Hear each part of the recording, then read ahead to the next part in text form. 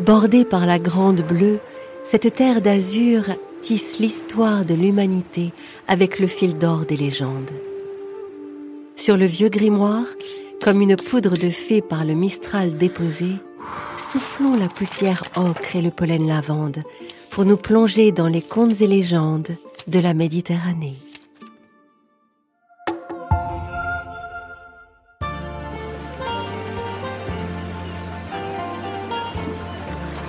Il était une fois en Sicile, dans un village de pêcheurs baigné par la Méditerranée, 3 hommes inséparables.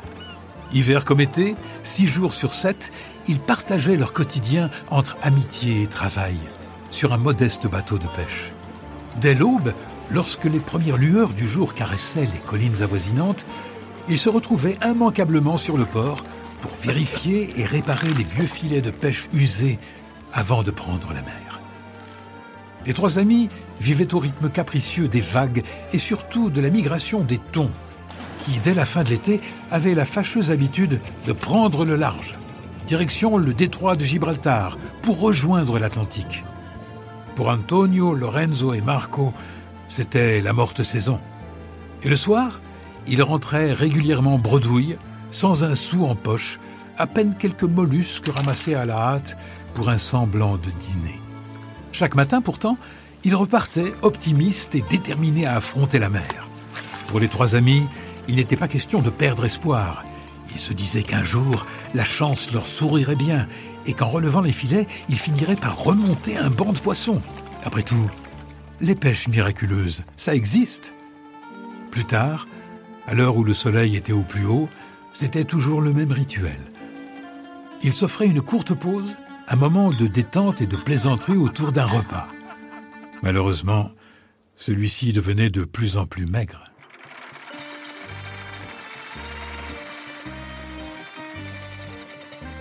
Ce jour-là, Antonio dégustait le plus lentement possible une minuscule arancina, une sorte de petite boulette de riz frite dans une huile un peu rance, mais croustillante à l'extérieur et garnie d'une crémeuse bouillie de petits pois. Lorenzo, lui, ramollissait en bougonnant une grosse tranche de pain rassis avec quelques gouttes d'huile. Quant à Marco, il paraissait pleinement satisfait de suçoter longuement 3 petites olives. « Te voilà au régime, l'ami ?» plaisanta Lorenzo. « Tu ne crois pas si bien dire » répondit joyeusement Marco. « Ma femme est un tel cordon bleu qu'hier soir, j'ai eu les yeux bien plus gros que le ventre. » Lorenzo et Antonio se regardèrent, intrigués par cette révélation. Qu'avait-elle donc pu cuisiner de si copieux et de si délicieux ? Cela faisait des semaines qu'ils n'avaient rien ramené, rien vendu, aucun poisson à saler ou à fumer. Chez eux, les placards étaient désespérément vides.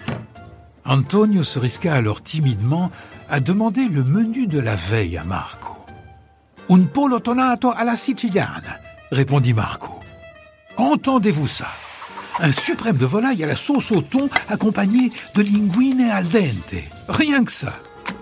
Comment pouvait-il encore s'offrir un poulet alors que la pêche ne rapportait plus un sou ? Les thons avaient disparu depuis des semaines.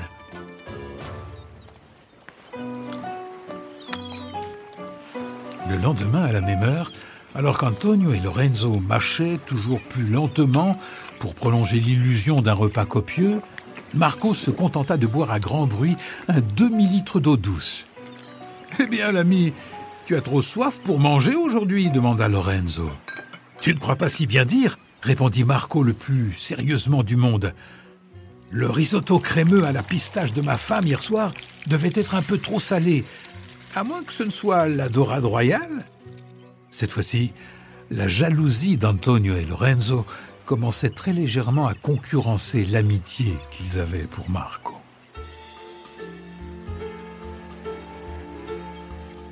Le samedi, lorsque vint l'heure de leur triste repas, les 2 affamés scrutaient Marco. Innocent, ce dernier sifflotait en dépliant sur ses genoux un torchon blanc immaculé. À l'intérieur, 2 minuscules bouts de melon confits. « Tenez, c'est pour vous !» dit-il à ses 2 compagnons d'infortune. Antonio et Lorenzo suçotaient avec application leurs petits bonbons orangés, tout en guettant l'explication savoureuse de leur ami. Alors, Marco raconta la cassata, ce fabuleux gâteau prévu pour dimanche que sa femme et lui n'avaient pu s'empêcher d'entamer et de finir la veille. J'aurais aimé que vous puissiez goûter la génoise moelleuse, le mélange de chantilly et de pâte d'amande.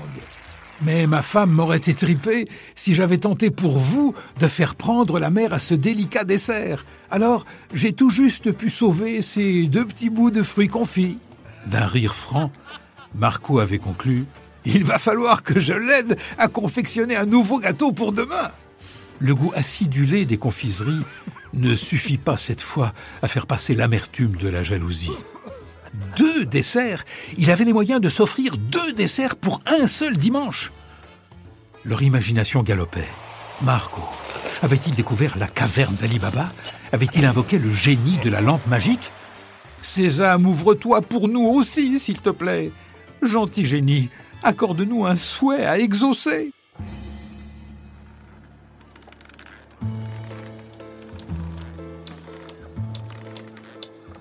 Les jours passèrent, et Marco partageait toujours avec enthousiasme les délices de son dîner de la veille.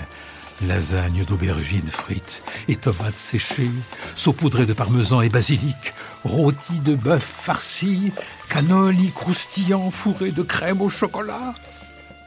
Ne supportant plus de devoir écouter chaque jour ces récits alléchants, les 2 compères décidèrent de clarifier une bonne fois pour toutes ce mystère. C'était leur femme qui irait enquêter et découvrir la vérité. Elle se rendrait chez Marco pour obtenir auprès de son épouse une explication et peut-être une invitation à dîner. Et arriva le dimanche. Les épouses d'Antonio et Lorenzo se rejoignirent pour aller ensemble à la rencontre de la femme de Marco. Les ruelles étroites du village, pavées de pierres polies par le temps, s'enroulaient comme des filets de pêche autour des maisons aux façades colorées. Devant une modeste maison aux tuiles rouges et aux volets verts, patinée par les embruns salés, la femme de Marco profitait paresseusement d'un rayon de soleil. Pourquoi se trouvait-elle dehors plutôt qu'au fourneau, s'étonnèrent les 2 autres femmes en arrivant. « Bonjour mes amis, que me vaut cette bien charmante visite ? Une invitation à dîner, peut-être ?» demanda malicieusement la femme de Marco.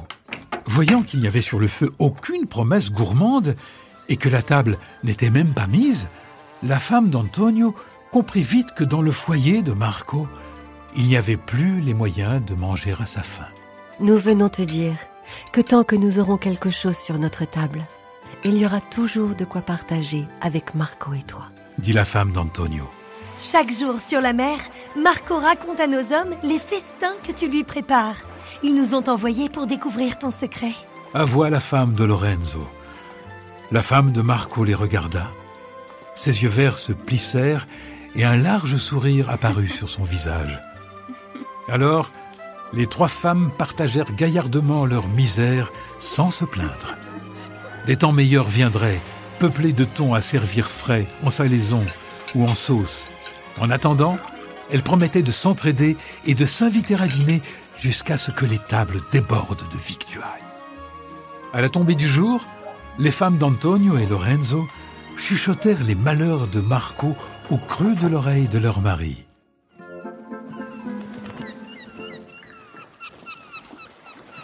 Arriva le lundi. Le soleil était à son zénith et Antonio et Lorenzo, mis au parfum, étaient bien décidés à cuisiner leur ami. « Dis-nous vite de quel festin t'a régalé ta femme hier. Nous en avons déjà l'eau à la bouche. » Marco leva le nez au vent pour y trouver l'inspiration d'une nouvelle recette. Il allait pour décrire les raviolis et la farce ricotta épinards quand ses amis l'interrompirent. « Te fatigue pas, l'ami. Voilà des jours et des jours que tu nous balades. Mais nous savons que tes placards et ton ventre sont vides, car vois-tu, chez nous aussi, les fourneaux sont éteints depuis bien longtemps déjà. » Marco ouvrit de grands yeux stupéfaits, puis accablé. J'ai menti. C'était seulement pour endormir quelque peu ma faim que j'ai partagé avec vous mes rêves de festin. Tiens, marmiton, dit Lorenzo en mettant dans la main de Marco une arancina bien plus grosse que d'habitude. Régale-toi. À l'avenir, on préférerait partager tes festins de rêve plutôt que tes rêves de festin, glissa malicieusement Antonio en donnant à Marco une grande tape dans le dos. Les voix énergiques de ses amis étaient pleines de bienveillance. Lorenzo tourna alors son regard vers la mer pour chercher à son tour l'inspiration d'une nouvelle recette au creux des vagues, puis décrivit longuement le couscous de poisson imaginaire que lui avait préparé sa femme la veille. Antonio surenchérit en composant pour ses amis une tarte aux fruits secs et à la confiture d'orange. Marco, pour une fois, les écoutait. Il se mit à pleurer. Non pas de honte, mais bien de tendresse. Cette tendresse qu'il avait pour ses deux amis de toujours. En attendant des jours meilleurs et des poissons par milliers, les trois hommes trompèrent désormais leur faim en mangeant des mots. Refermons pour aujourd'hui le vieux grimoire de cette terre de légende et retrouvons-nous vite pour de nouvelles histoires.